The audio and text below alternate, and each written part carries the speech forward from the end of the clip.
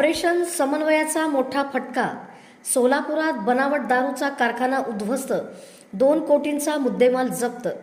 राज्य उत्पादन शुल्क आयुक्त डॉक्टर राजेश देशमुख आणि जिल्हाधिकारी एस कार्तिकेयन यांच्या संकल्पनेतील ऑपरेशन समन्वय अंतर्गत सोलापूर राज्य उत्पादन शुल्क विभागाने आतापर्यंतची सर्वात मोठी धडक कारवाई करत चिंचोली MIDC परिसरातील 3 गोडाऊन आणि बनावट देशी दारू निर्मितीचा कारखाना उघडकीस आणला.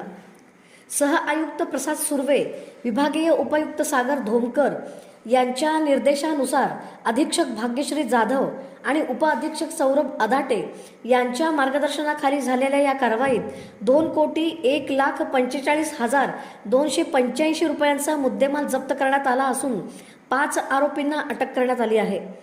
कारवाई दरम्यान हजारो बनावट दारूच्या बाटल्या, 13,800 लिटर स्पिरिट, बॉटलिंग मशीन, लाखो बनावट लेबले व बुचे तसेच 7 वाहने जप्त करण्यात आली. या बनावट दारूमुळे शासनाचा 70 लाखाहून अधिक महसूल बुडाल्याचा अंदाज व्यक्त करण्यात आला आहे. ही कारवाई निरीक्षक JN पाटील यांच्या पथकासह राज्य उत्पादन शुल्क विभागाच्या अधिकारी व कर्मचाऱ्यांनी यशस्वीरित्या पार पडली असून बनावट दारूचा पुरवठा सोलापूरसह बीड, लातूर आणि धाराशिव जिल्ह्यामध्ये होत असल्याचा प्राथमिक तपासात उलगडा झाला आहे.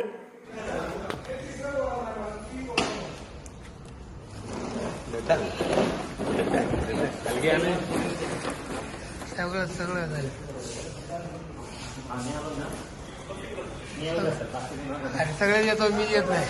मला सरचं घे, तुझ्या हातात